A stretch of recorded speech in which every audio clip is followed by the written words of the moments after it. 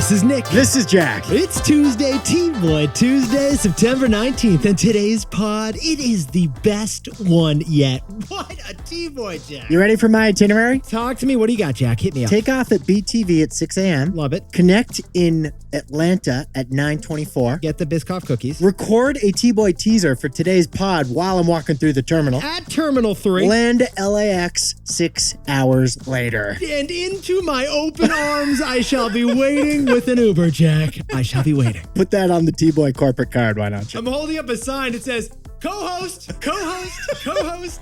Oh, that'd be so awkward if I was sitting next to another co-host. Podcasting, it's a small world. First story for today's T-Boy before we hit Los Angeles. What do we got, Jack? For our first story, it's Instacart. The delivery app is finally going public today. It's IPO'ing with a profit. Because Instacart just moved from Silicon Valley to Madison Avenue. For our second story, for the last 12 years, San Francisco has been running a unique experiment with money and kindergartners. If you give a baby a savings account, will they go to college or will they bite you? Or will they have a blowout? And our third and final story, we're in week 2 of the United Auto Workers car strike. So Jack and I are looking at one question, and what's that question, Jack? Is it ridiculous to give 150,000 car workers a 40% raise? A 40% raise. Is that ridiculous or is it not ridiculous? We're measuring the ridiculosity.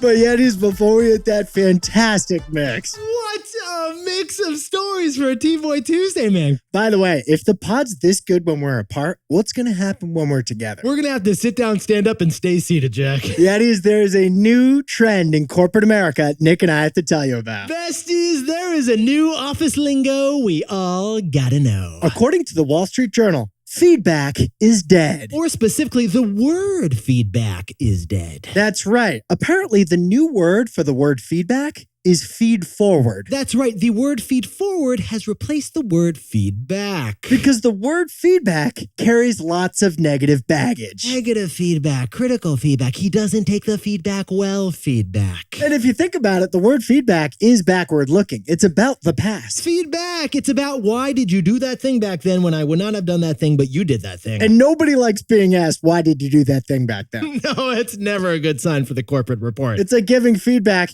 is being a Monday morning quarterback. Nobody likes second guessing the past actions or the play actions. But feed forward, on the other hand, is like feedback, but it's more constructive. And I'm liking it. I'm trying it on right now, Jack. There's some brightness. Feed forward is the future. It's forward looking. Do better next time. It's kind of like the past is scary. The future is opportunistic. So in the meantime, Yetis, Nick and I do have some feedback for the word feedback. Or Jack, do we have some feed forward for the word feedback? Sorry, the next time you rebrand yourself feed forward, rebrand yourself back to feedback. Because Jack and I are looking at the numbers here, and feed forward, it sounds a little bit ridiculous on our ridiculosimeter. Yeah, we actually have some feed forward for other corporate jargon too. What's next? Circle back's becoming square forward? Bandwidth? It's not your bandwidth, it's your band length. I'm sorry, Jack. I got a hard stop, but actually now I have a soft, mediocre stop. It's not constructive criticism. It's a constructive compliment. What are we doing here? Yetis, it's not personal. It's just feedback. Nick, I'm actually filling out your performance review right now.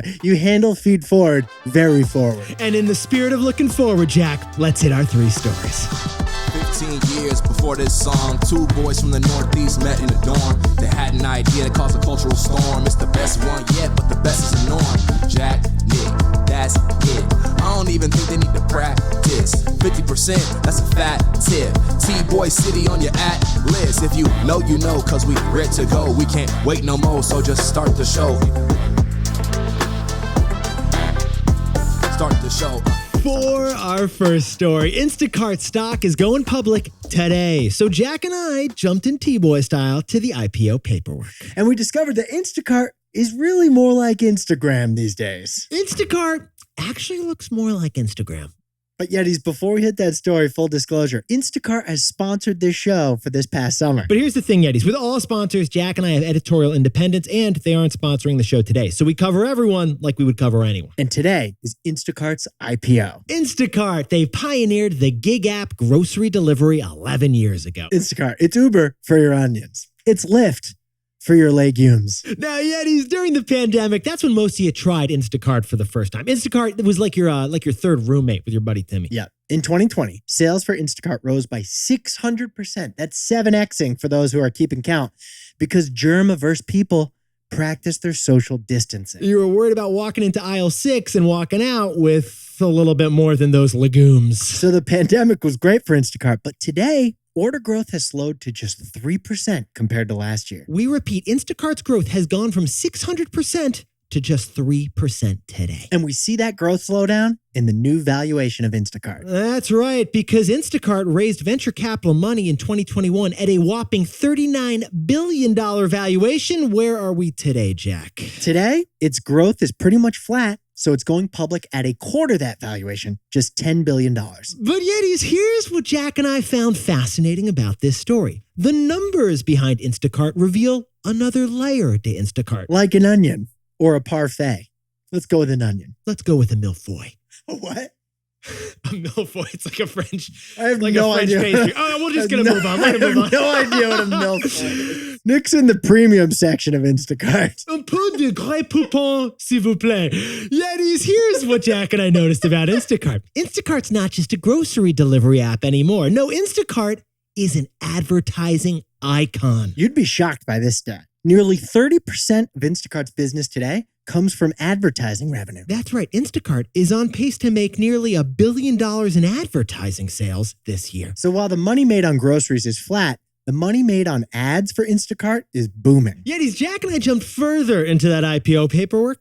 Instacart mentioned the word delivery 171 times, but they mentioned the word advertising 249 times. Instacart is an ad agency with a logistics side hustle. Instacart is the Don Draper of delivery. Instacart is like Mad Men for your mangoes. Because when you type in Cheez-Its to the Instacart app, a sponsored result from Goldfish comes up because Goldfish paid Instacart for that. And Jack, what's the better part about that relationship? While groceries is a low margin business, ad sales is highly profitable. And what's the best part about that business, Jack? With ad sales, Instacart can double dip. Oh, Instacart. They are double dipping that chip straight into the hummus. They made money selling ads to Goldfish, and they made money when you bought those Goldfish. They made money on both sides of that interaction. And that is how Instacart made $240 million of profit so far this year. They're a tech company IPO'ing with a profit. That is rare. Long term, Instacart hopes to make 11 cents for each dollar that you spend on groceries. 7 cents as a transaction fee and 4 cents in ad sales. And the personal shopper, she's taking 7 cents too. Those cents, they add up. Like an onion. So Jack, what's the takeaway for our buddies over at Instacart? In business, what's old is new again. Again. Again. Yetis, since the pandemic, as growth has slowed, tech disruptors have turned to the oldest business model of all. Advertising. Silicon Valley tech is acting a lot like Madison Avenue right now. For example, Netflix has said they would never do ads, but Netflix added ads just last year. Uber and Lyft, they're each on pace to sell $1 billion of ads this year in order to finally make a profit. And Amazon is going to sell $40 billion worth of ads this year. That is 7% of all digital ads on Earth. And now Instacart is going public with a profit thanks to their ad business. Jack, like you and I have said many times before on this show, the disruptor eventually returns to a disrupted business model. Because in business, what's old is new again. Again.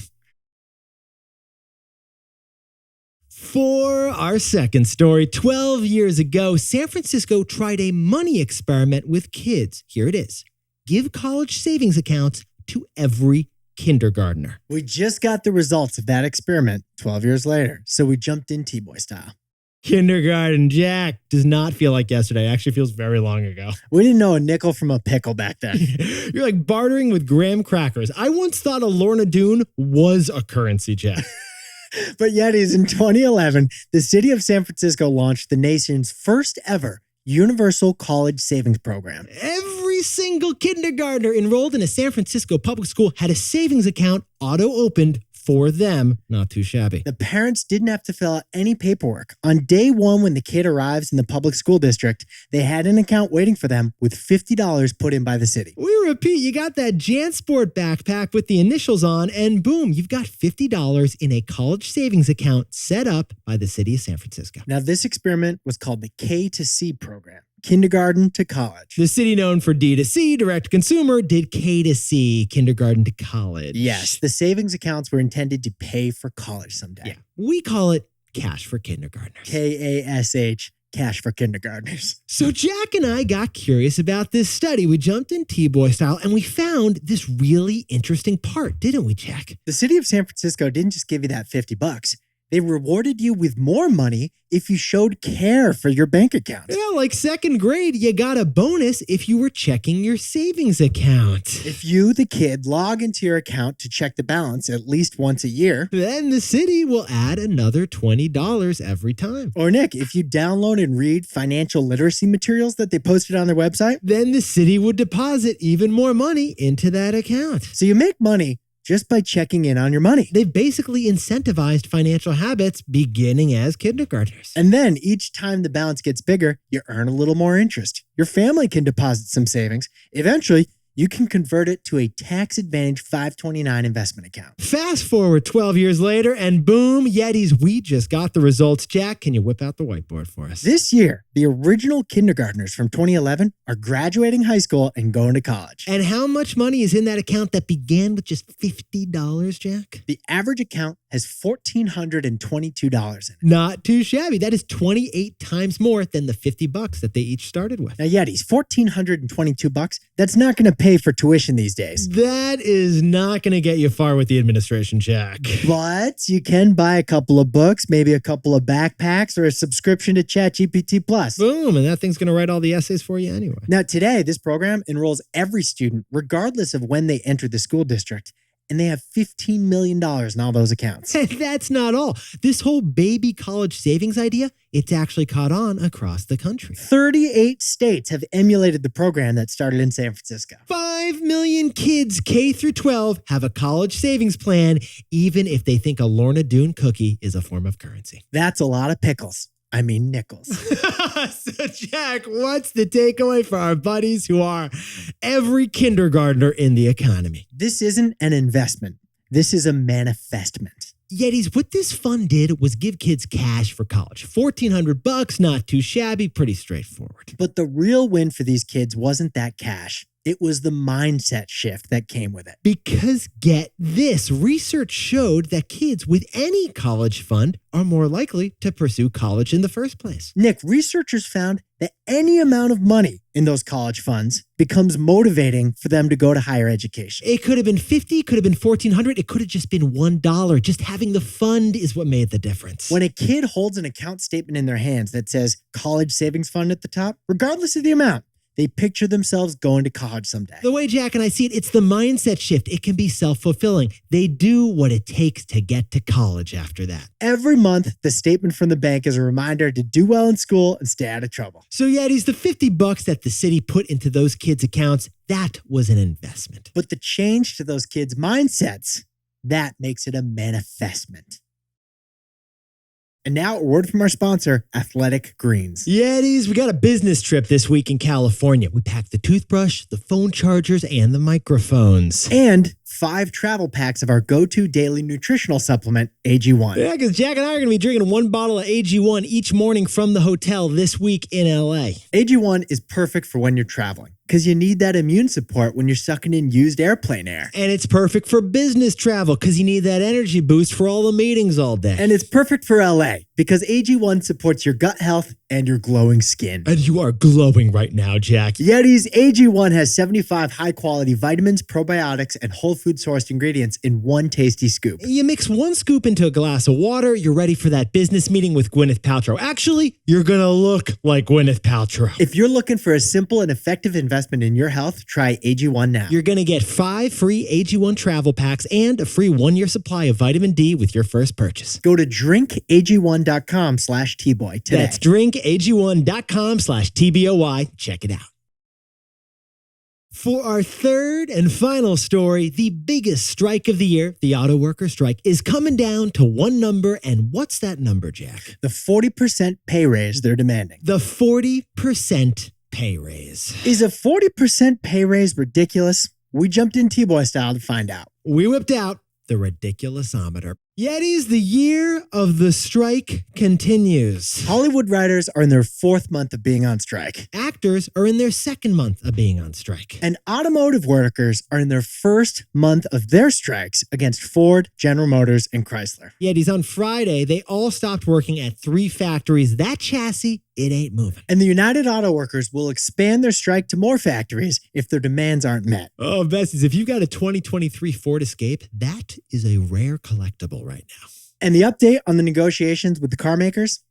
No progress. Now, Yetis, last week, Jack and I told you about the upcoming car strike. So this week, we want to do something different. We want to focus on one number. We want to focus on the key demand from the Auto Workers Union. The key demand is that they get paid 40% more. They want a 40% raise. A 40% raise. Jack, is that ridiculous? Does that sound ridiculous? That sounds unreasonably high for such a huge body of workers. It's dangerously close to like a 100% pay increase, which would be like doubling your pay. That sounds a little ridiculous. The UAW wants their 150,000 unionized workers to get a 40% pay increase from all 3 of the Detroit big auto companies. So Jack and I, we jumped in T-Boy style and we did a little union math. And what did we discover, Jack? If you crunch some union math, it's actually not a ridiculous demand at all. And here's why, Yetis. That 40% pay increase, it's actually spread over 4 years. So it's really only 10% per year they're demanding. And in the last 4 years, we've had 20% inflation. So they're really only asking for a 20% pay raise over these 4 years. Ipso facto, the workers are demanding a 5% inflation-adjusted pay raise per year. So the next question then,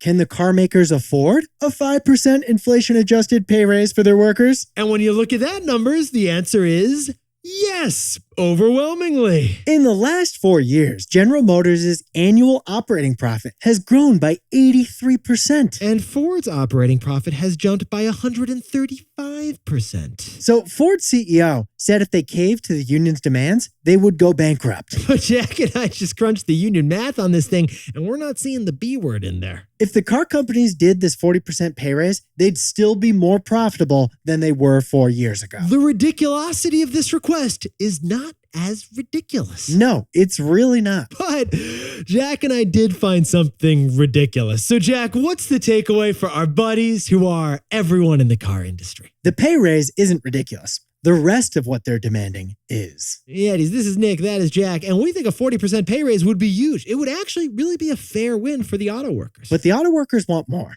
They want much more. Another thing the car workers want? Job guarantees. No layoffs allowed. So if we have a crippling recession with no cars being made, the union still wants to get paid, even though they're not doing work. Plus, the car workers want to work less, down to a 32-hour work week. We're all for the 4-day work week. But you want a 40% raise and a 4-day work week? And a no layoffs promise, plus a pension? Based on the numbers, Yetis, the pay raise the auto workers are demanding, it's not ridiculous at all. But the rest of what they're demanding kinda looks ridiculous. Jack, can you whip up the takeaways for us for T-Boy Tuesday? Instacart is going public today, and it's boasting profits thanks to their booming advertising biz. In business, what's old is new again. For our second story, San Francisco college savings accounts for kids gave them money and changed their mindset. Because it wasn't just an investment, it was a manifestement. And our third and final story, the Auto Workers Union wants a 40% pay raise. If you do some math, that's not an unreasonable request. What does seem unreasonable is everything else they're demanding. But Yetis, this pod's not over yet. Here's what else you need to know today. First, if you are stuck in traffic in Midtown Manhattan, you know that the 78th United Nations General Assembly kicked off in New York. The focus this year, cutting fossil fuels to slow down the warming of the planet. And finally, last week, Jack and I told you how Las Vegas was under cyber attack. This week, it's Clorox under cyber attack. Clorox products from bleach to sanitizer are in short supply because ransomware has hijacked the company.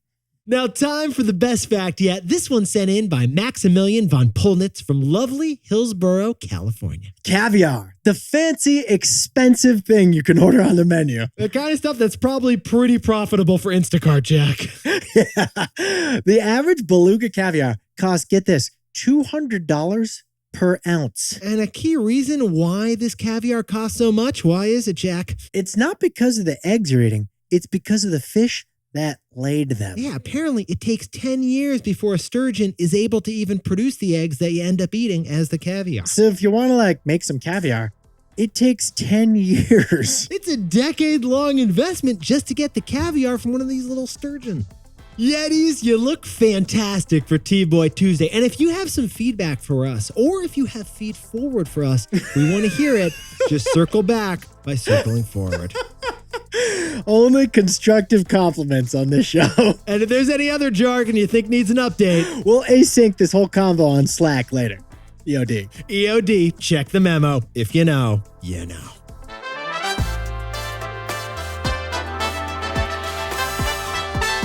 And before we go, congratulations to the future Mr. and Mrs. Martinkoff. Alex and Mark just got engaged down in D.C.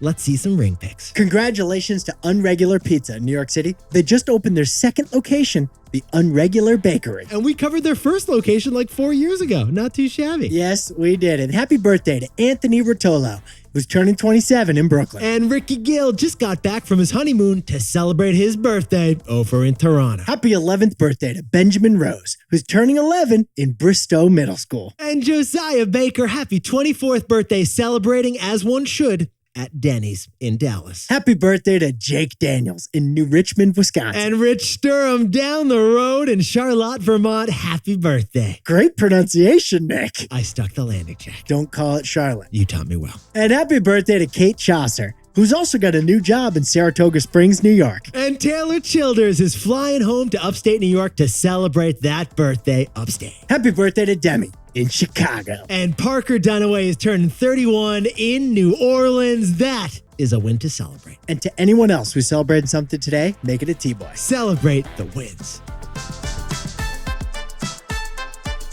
This is Jack. I own stock of Amazon, Netflix, and most of the other media and content bundles.